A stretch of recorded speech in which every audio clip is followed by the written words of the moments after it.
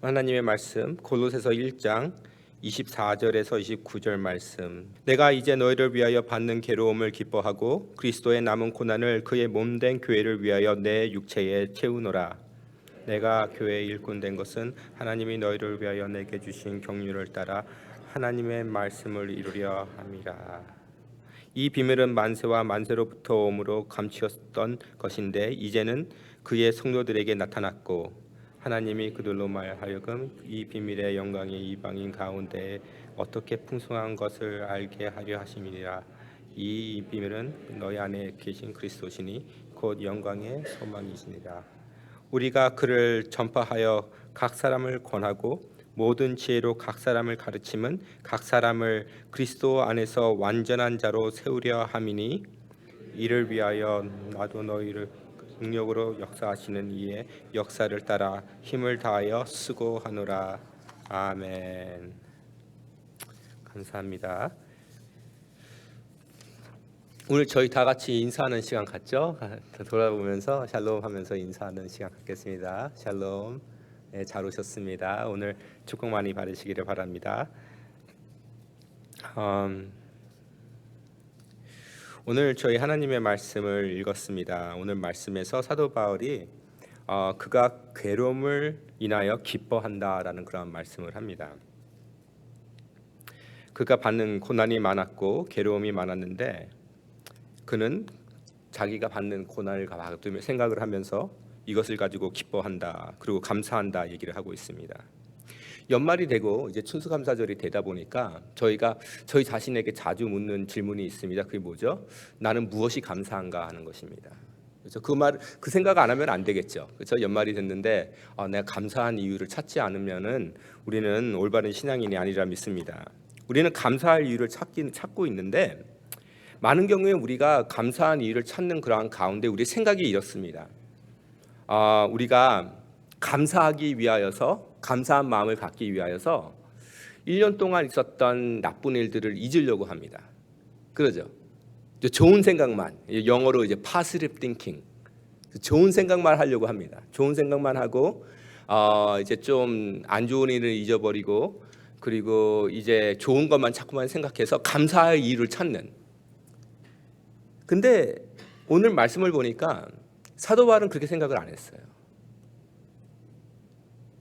우리가 만약에 우리가 받는 고통, 고난, 시련 그러한 것들을 잊어버려야지만 감사의 마음이 생긴다면은 그 감사의 마음은 오래가지 않죠. 사람이라는 게 왜냐하면 다 생각나게 돼 있어요.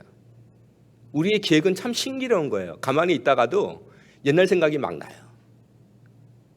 나쁜 생각들을 고통받았던 순간들을 아무리 잊어버리려고 해도 나에게 고통을 준 사람들을 아무리 잊어버리려고 해도 자꾸만 생각이 나요. 그래서 항상 감사하고 범사에 감사하려면은 그냥 자꾸만 나쁜 생각 잊어버리고 좋은 것만 생각하려고 하는 그러한 마음 그게 효과가 없습니다. 오늘 사도 바울을 보니까 그가 고난을 받은 것을 불구하고 감사하지다고 얘기를 안 했어요. 굉장히 중요한 사실입니다. 그가 고난을 받고 있는 것, 고통을 받고 있는 것, 괴로움을 받고 있는 것을 불구하고도 곧 내가 기뻐한다, 내가 감사한다 하지 않습니다. 사도 바울은 내가 그 고난, 그 괴로움을 인하여 기뻐하고 감사한다 했습니다. 성도 여러분, 우리가 우리의 삶 속에서 내가 받고 있는 고통, 내가 받고 있는 이 괴로움이 하나님께서 나에게 주신 선물이고 하나님께서 나를 훈련시키기 위하여서 허락하신 것이라는 그러한 하나님의 뜻함을 이해하지 못한다면은 우리는 범사에 감사하는 삶을 살 수가 없는 것입니다. 우리의 사람은 사악합니다. 그래서 인생 가운데에 어떻게 하면 더 편하게 살까, 고통 없이 살까 항상 고민합니다. 우리 가끔 가다가 슈퍼마켓 가면요, 저는 코스코에 가면 항상 그래요. 코스코에 라인이 많이 있는데 딱 봐요. 그래서 봐서 이렇게 조금 일을 빨리빨리 잘하는 사람이 누굴까 생각을 합니다. 근데 가끔 가다가 줄을 잘못 서가지고 오래 있으면 어떻게 되죠? 막 속에서 불이 막 끓어오르는 거예요. 막 화가 나요. 왜 그렇습니까? 불편한 게 싫은 거예요.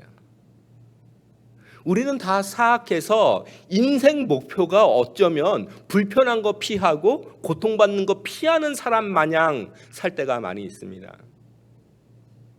그게 굉장히 인간적인 삶이에요. 그냥 지나가다가도 내가 보기 불편한 사람 있으면 뺑 돌아가는 거. 교회 오다가도 교회에서 불편한 사람이 있으면 1부 예배 갔다가 3부로 옮기는 사람. 그렇지 않습니까? 우리는 불편한 거 싫어하고 고통받는 거 싫어합니다. 근데 그것은 하나님의 뜻이 아니죠. 하나님께서 우리에게 주신 그러한 어떠한 목적이 야, 내가 너를 사랑해서 너는 평생 편하게 불평 없이 고통 없이 고생하지 않고 살게 해줄 거야 하나님께서 약속하시지 않습니다. 베드로전서에서 주시는 말씀이죠. 하나님께서 잠언서에 있는 말씀을 인용한 것입니다. 하나님께서 사랑하는 사람을 훈계하시고 채찍질한다 하셨습니다. 왜 그렇습니까?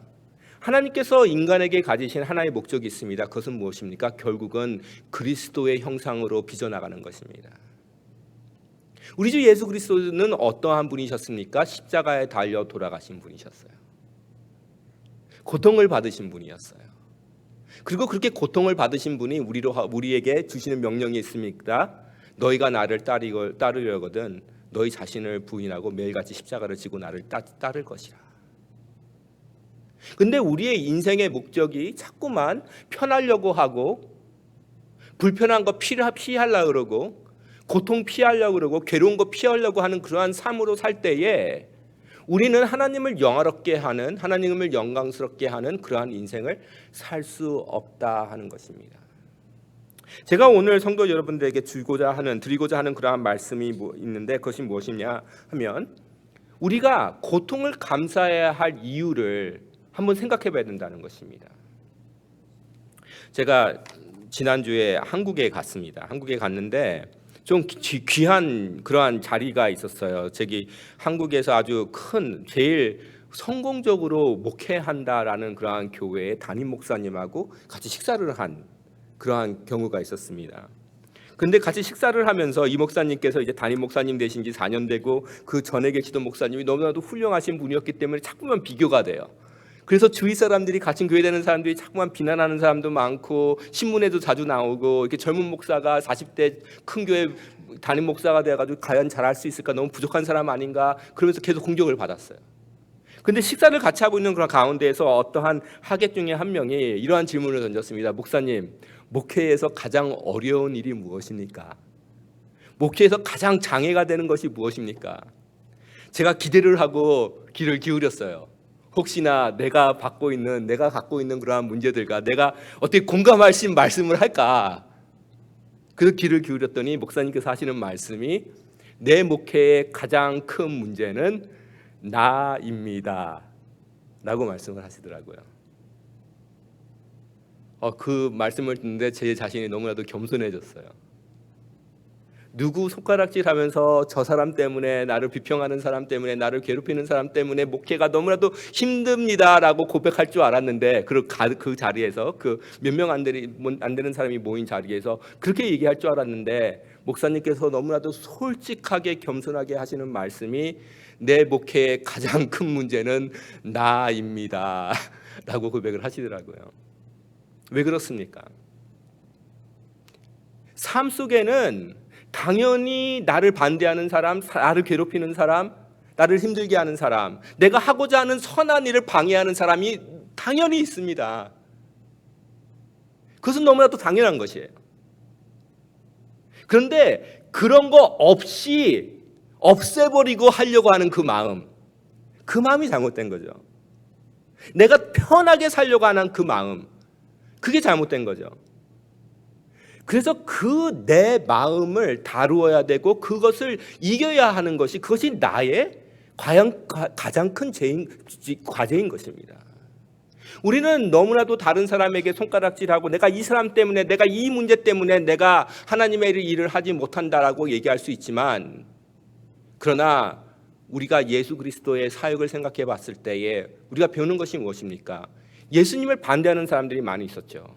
바리새인들도 있었고 서기관들도 있었고 공회 사람들도 있었고 빌라도가 있었고 제사장이 있었죠. 그러나 예수님께서는 그러한 모든 것을 이기셨는데 결국 무엇을 어떻게 이기셨습니까? 자신을 이기신 거예요. 겟세마네 동산에서 기도를 하시면서 아버지 이 잔을 물리게 해주십시오라고 기도를 하셨던 예수님께서 결국 나중에 토를 다시기를 그러나 내 뜻대로 하지 마시고 아버지의 뜻대로 하시옵소서. 결국 내 뜻, 내가 편하고자 하는 것, 내가 고통을 피하고자 하는 그 뜻을 하나님께 드리고 하나님의 뜻대로 고통의 길을 찾아가는 그 일, 그것이 내가 풀어야 할 과제라 하는 것입니다.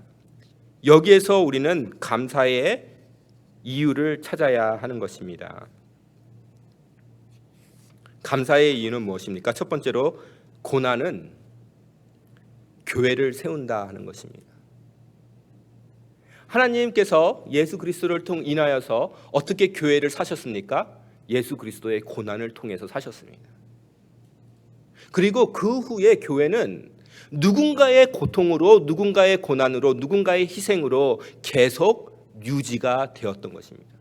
사도 바울이 그랬어요. 사도 바울이 세계 전체를 다니면서 교회를 개척하는데 사도 바울이 고린도후서 11장에서 하는 그러한 고백이 있습니다. 우리가 잘 아는 말씀입니다. 유대인들에게 40에 하나 감한 매를 5번 맞았으며 3번 태장으로 맞고 1번 돌로 맞고 3번 파선하였는데 일주야를 기품에서 지냈으며 여러 번 영의 강요와 위험과 강도의 위험과 동족의 위험과 이방인의 위험과 시내의 위험과 광야의 위험과 바다의 위험과 거짓 형제 중에 위험을 당하고 또 수고하며 애쓰고 여러 번 자지 못하고 줄이며 목마르고 여러 번 굶고 춥고 헐벗었노라.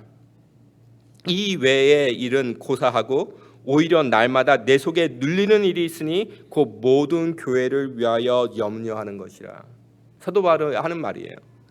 내가 외부에서 받는 공격이 너무 많고 외부에서 받는 고통이 많았는데 또 내부의 세계를 얘기해요.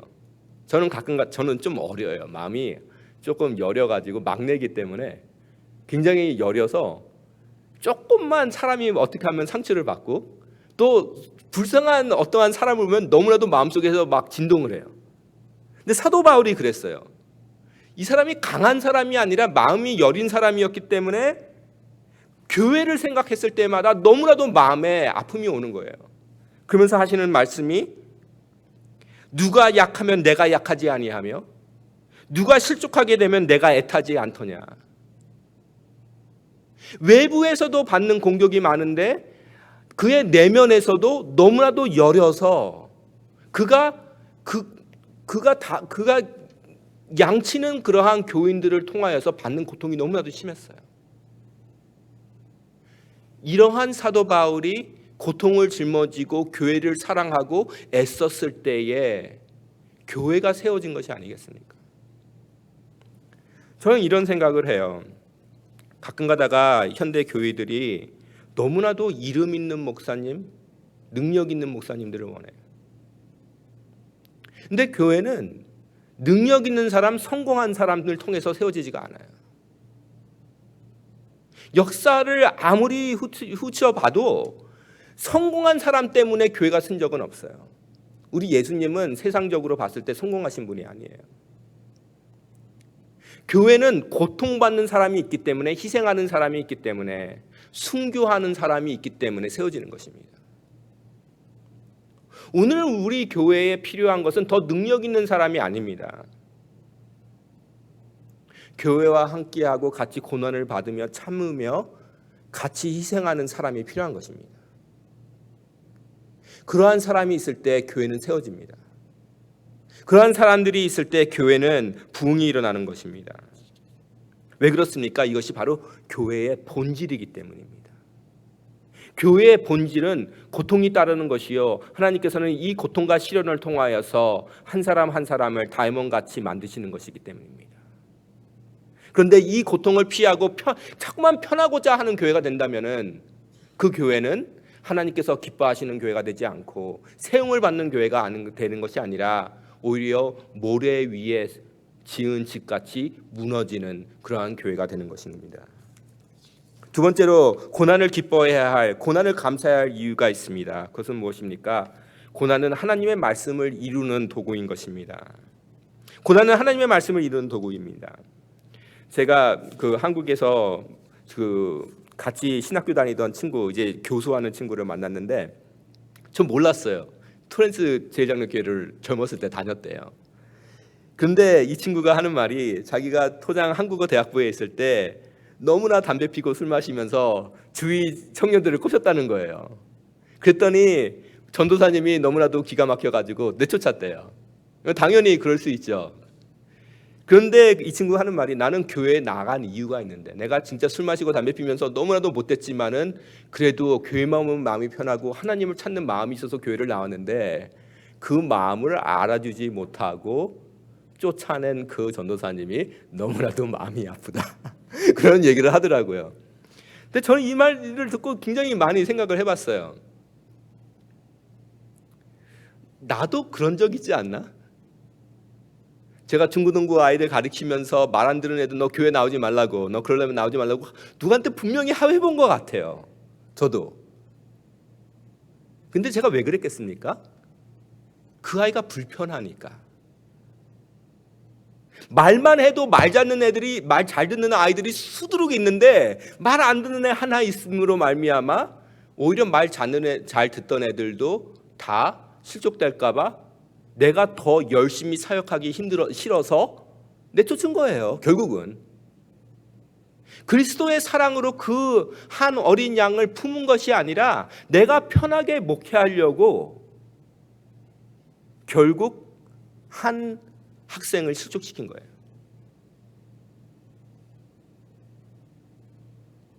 성도 여러분, 교회는 어떠한 곳입니까? 잃은 양을 찾는 거에 교회가 아니겠습니까? 잃은 양을 찾기 위해선 불편할 수밖에 없습니다. 불편해야 합니다. 고통이 따라야 합니다. 우리 교회에 좀 냄새나고 손가락질 받는 사람이 찾아왔을 때에 불편해서는 안 됩니다. 그 사람이 구원을 받아야죠. 교회 30년 나온 사람이 구원 또 받을 필요는 없는 거 아니겠습니까? 교회는 하나님의 말씀이 어떻게 이루어집니까? 같이 고통을 받기 때문입니다. 불편하기 때문입니다. 마지막으로 고통을 감사해야 될 이유가 있습니다. 그것은 무엇입니까? 고통은 내 안에 능력으로 역사하시는 한 성령의 도구이기 때문입니다. 오늘 말씀의 제일 마지막 절에 이러한 말씀이 있죠. 이를 위하여 나도 내 속에서 능력으로 역사하시는 이의 역사에 따라. 하나님께서 능력으로 역사하신다 했습니다. 우리는 그 능력으로 역사하시는 하나님을 우리 주위에서 바라보기를 원해요. 교회에서 바라보기를 원해요. 그런데 이게 진리가 있습니다. 능력으로 역사하시는 하나님은 먼저 내 안에 역사하셔야 하는 것입니다. 내 안에 능력으로 하나님께서 역사하시. 그게 무엇입니까? 내 세상을 하나님께서 흔들어 놓으셔야 되는 것이에요. 나는 지금까지 너무 내가 편하려고 살았고 내가 내 마음대로 하기를 원했고 나는 불편한 거 너무 싫었고 난 고통받기 너무 싫어서 그렇게 살았는데 이제 내 마음속에 성령의 놀라운 역사, 능력의 역사가 일어나서 물불을 안 가리고 복음을 위해서 사는 사람이 되었을 때에 나는 그리스도의 형상으로 변하게 되는 것이고 나는 하나님의 그 크신 능력을 체험하게 되는 것입니다. 그냥 하나님의 능력을 밖에서 그냥 바라보기만 원하는 사람은 절대로 축복받은 사람이 아닙니다. 하나님의 그 놀라우신 변화의 능력은 내가 체험해야 되는 것입니다. 그것은 내가 고통 있는 곳으로 찾아가고 세상의 낮은 곳으로 찾아가고 고통받는 자와 함께 해주고 같이 울어주면서 슬퍼해주면서 같이 고난을 받아주는 그러한 인생에서 하나님의 놀라운 능력이 나타나는 것이고 그것이 성령의 역사가 나타나는 것입니다. 저는 오늘 말씀을 이렇게 정리해보고 싶습니다.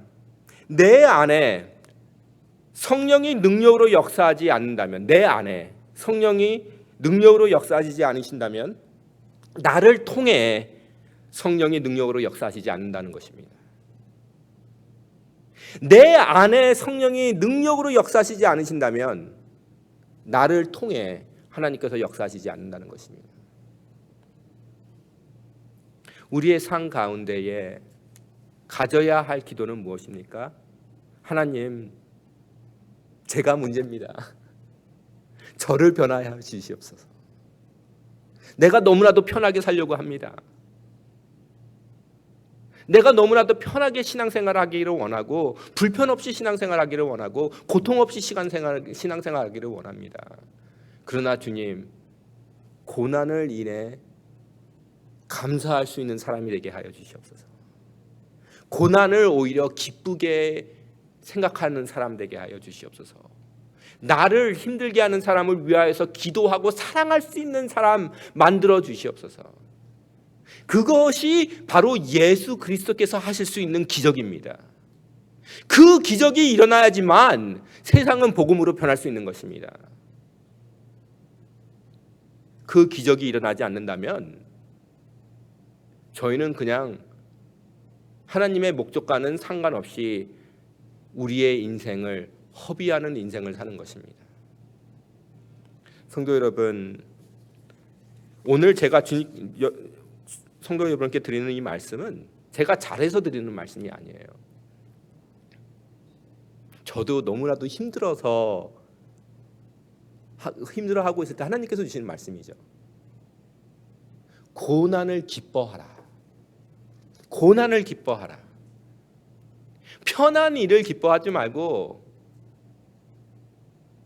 고난을 오히려 기뻐하라. 왜?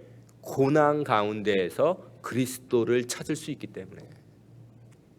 편한 데에서 그리스도를 찾는 것이 아니라 오히려 고난 가운데에서만 그리스도를 찾을 수 있기 때문에 그리스도를 기뻐하기 위해서는 고난을 기뻐하고 감사하라.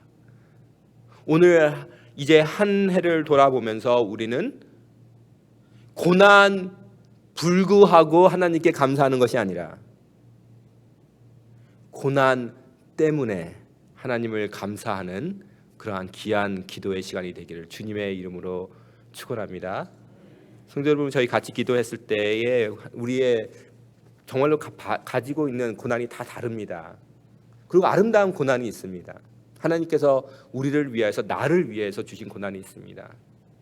그 고난을 사모하며 하나님께 감사하는 기도를 드리고, 또 우리의 삶 속에 내가 정말로 어려워하는 사람이 있습니다.